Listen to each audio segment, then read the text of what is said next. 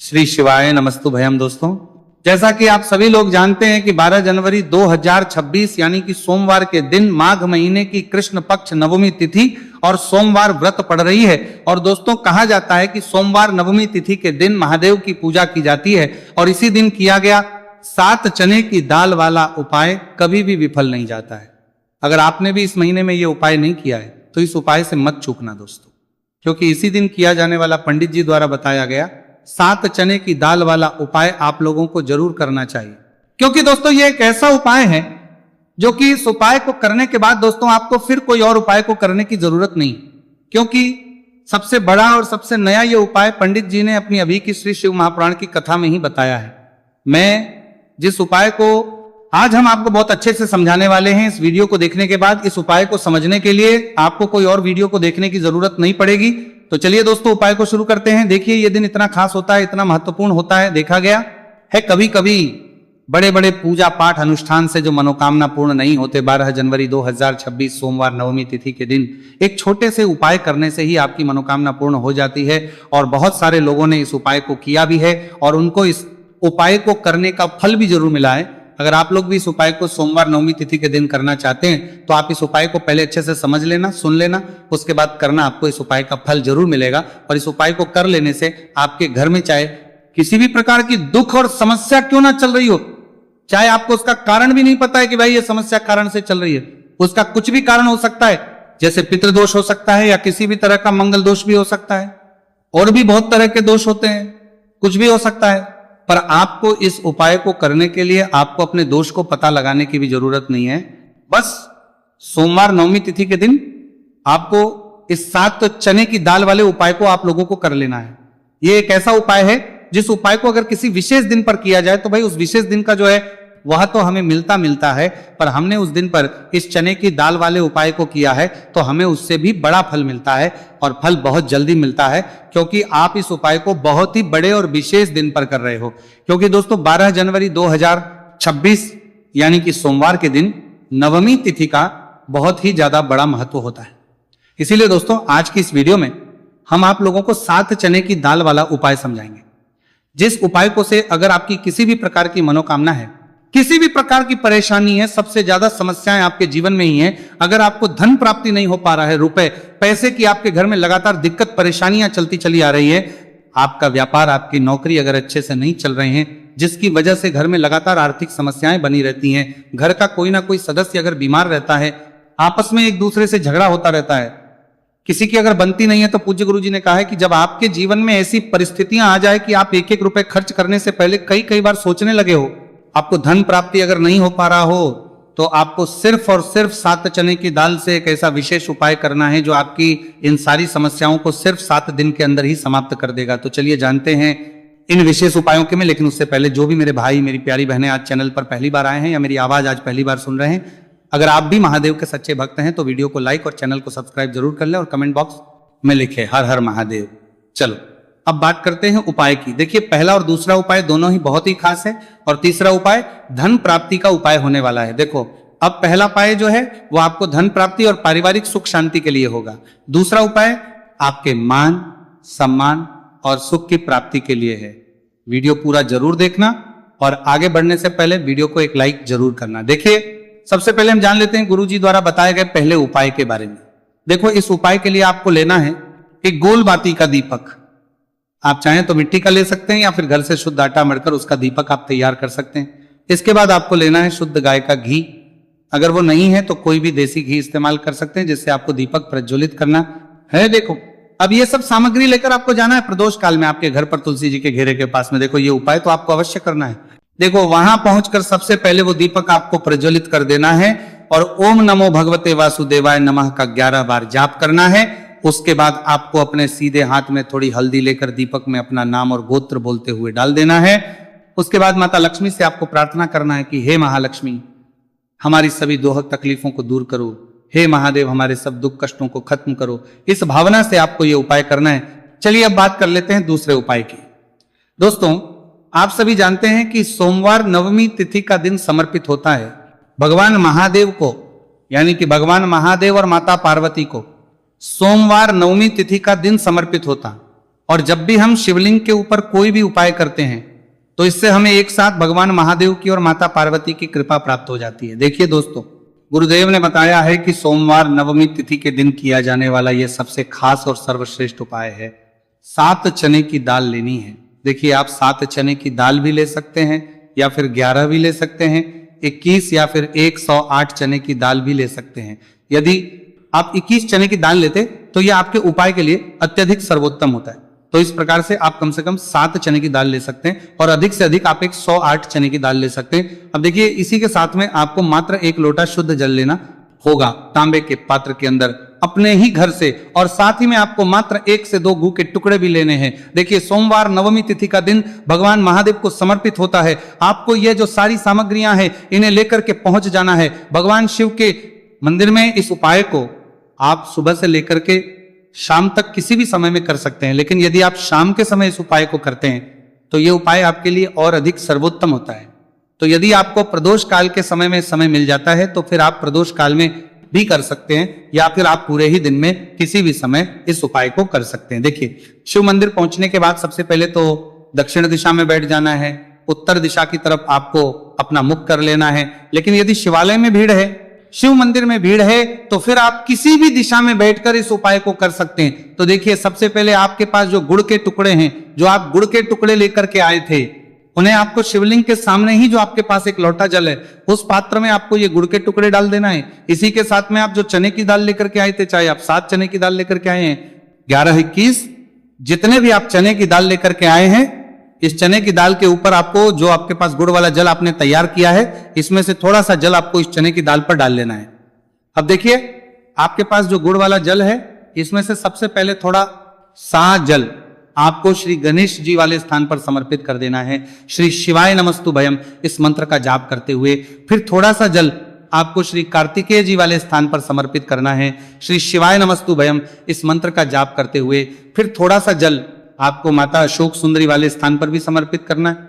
श्री शिवाय नमस्तुभयम इस मंत्र का जाप करते हुए फिर थोड़ा सा जल आपको माता पार्वती के हस्त कमल पर समर्पित करना है और आपको श्री शिवाय नमस्तुभयम इस मंत्र का जाप कर लेना है। अब देखिए दोस्तों, आपके पास जो थोड़ा सा जल और शेष बचेगा, इसमें से आपको केवल 7 जल शिवलिंग पर अर्पित कर देना है और अंत में आपको उस पात्र में थोड़ा सा जल और शेष बचाना है। पूरा जल आपको शिवलिंग पर अर्पित नहीं करना है, अंत में आपको थोड़ा सा जल और शेष बचाना है। अब देखिए, आप जितनी भी चने की दाल लेकर के आए हैं, अगर आप 7 चने की दाल लेकर के आए हैं तो आपको 7 बार श्री शिवाय नमस्तुभयम इस मंत्र का स्मरण कर ले हैं। यदि आप 11 चने की दाल लेकर के आए हैं तो फिर आपको बार इस मंत्र का जाप करना है। जितनी भी चने की दाल लेकर के आए हैं उतनी बार आपको श्री शिवाय नमस्तुभयम है इस मंत्र का जाप करना है और फिर आपको ये जो चने की दाल है इसे शिवलिंग के ऊपर ही समर्पित कर देनी है। लेकिन आपको ये चने की दाल बृहस्पति शवर महादेव का स्मरण करते हुए ही शिवलिंग पर अर्पित कर देनी है और आपको अपनी मनोकामना को भी बोल देनी है। आपकी जो भी मनोकामना है, चाहे वह धन प्राप्ति को ले, नौकरी से संबंधित हो, विवाह से संबंधित हो, या फिर आपके मकान, जमीन जायदाद से संबंधित हो, चाहे गृह क्लेश से संबंधित हो, या फिर किसी भी प्रकार की जो मनोकामना है उसे आपको बृहस्पति शवर महादेव से परिपूर्ण करने की प्रार्थना कर लेनी है। और इसके बाद आपके पास जो पात्र के अंदर थोड़ा सा से जल और बचा हुआ था, इसे भी आपको धीरे धीरे भगवान शिव की शिवलिंग पर ही अर्पित कर देना होगा। श्री शिवाय नमस्तुभयम इस मंत्र का जाप करते हुए पूज्य गुरु जी कहते हैं कि माघ महीने का सोमवार नवमी तिथि जो भी व्यक्ति इस प्रकार से यह चमत्कारिक उपाय कर लेता है तो उसकी जो मनोकामना है वह भगवान लक्ष्मी नारायण की कृपा से तथा महादेव की कृपा से बहुत ही जल्द परिपूर्ण हो जाती है। बात करते हैं अगले उपाय की। देखो, इस उपाय के लिए आपको मात्र 2 लौंग लेनी होगी, यानी कि आपको लौंग का जोड़ा लेना है। 2 फूल वाली आप लौंग लेनी हो है। लौंग का जोड़ा कहीं से भी खंडित नहीं होना चाहिए, इस बात का ध्यान रखें। इसी के साथ में आपको लेना होगा लाल चंदन का पाउडर। देखिए, यदि आपके पास लाल चंदन की लकड़ी है तो उसे घिसकर भी आप चंदन के रूप में प्रयोग कर सकते हैं। यदि पाउडर है तो उसका भी आप अपने उपाय के लिए प्रयोग कर सकते हैं। देखिए, चंदन जो है वो तेज का प्रतीक माना गया है और साथ ही साथ जीवन के अंधकार को दूर करने का प्रतीक।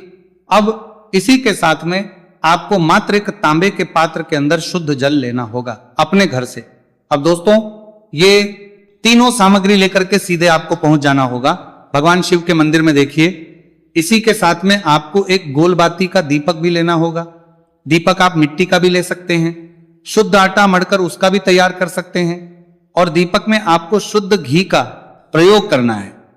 लेकिन जैसे ही आप इन सामग्रियों को मंदिर में लेकर के पहुंचेंगे, मंदिर में जैसे ही आप चौखट के वहां पर पहुंचेंगे, तो मंदिर की चौखट के सीधे तरफ आप जो अपने साथ एक गोल बाती का दीपक लेकर के आए हैं, उसे आपको सबसे पहले तो प्रज्वलित करें देना है। यानी कि जैसे ही आप मंदिर की चौखट के वहां पर प्रवेश करते हैं, तो उसके सीधे तरफ आपको ये गोल बाती का दीपक प्रज्वलित कर देना है। अब देखिए, जैसे ही आप ये दीपक प्रज्वलित करेंगे, तो आपकी जो भी मनोकामना है उससे आपको बोल देना है।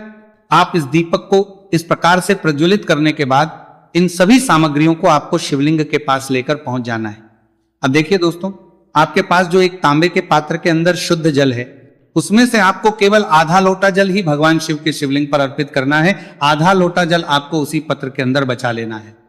अब दोस्तों, आपके पास जो 2 लौंग है, यानी कि लौंग का जोड़ा है, से आपको अपना नाम और अपने गोत्र को बोलते हुए आपकी जो भी समस्या चल रही है, आपके जीवन में जो भी परेशानी उत्पन्न हो रही है, उन्हें आपको बोल देना है। और ये जो लौंग का जोड़ा है, इसे आपको भगवान शिव के शिवलिंग पर अर्पित कर देना है। जैसे आप ये 2 लौंग शिवलिंग पर चढ़ाएंगे, तो अपना हाथ जो है वहां पर आपको रखना है और महादेव से आपको प्रार्थना करनी है कि मेरे जीवन की ये जो परेशानियां, ये सभी दूर हो जाए।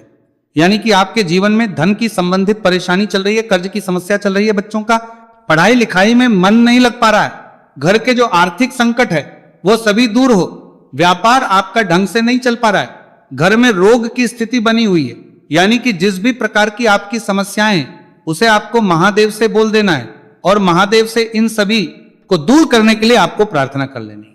अब देखिए दोस्तों, आपने जो 2 लौंग शिवलिंग पर समर्पित की थी, उससे आपको वहां से उठा लेना है और इन दोनों लौंग को आपको शिवलिंग से उठा करके सीधे उससे जल के पात्र के अंदर डाल देना है। यानी कि अपने आधा लोटा जल और बचाया हुआ था, उसी के अंदर आपको ये 2 लौंग डाल देनी है।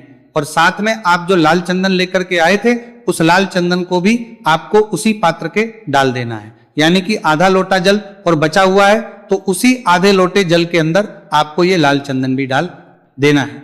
अब देखिए, इस आधे लोटे जल में है, जिसमें अपने 2 लौंग डाली है, लाल चंदन डाला है, उससे सीधे लेकर के आपको पहुंचना है बेलपत्र के वृक्ष के।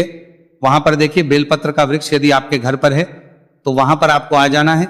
आपके घर के आसपास कहीं भी है तो वहां पर आपको पहुंच जाना है और उसके आपका जो मुख है वो उत्तर दिशा की ओर होना चाहिए। और उसके बाद आपको अपना नाम और अपनी गोत्र को बोलना है और पुनः अपने जो भी परेशानियां शिवलिंग के पास में बोली थी, उन्हें आपको वापस से बेलपत्र के वहां पर भी बोल देनी है।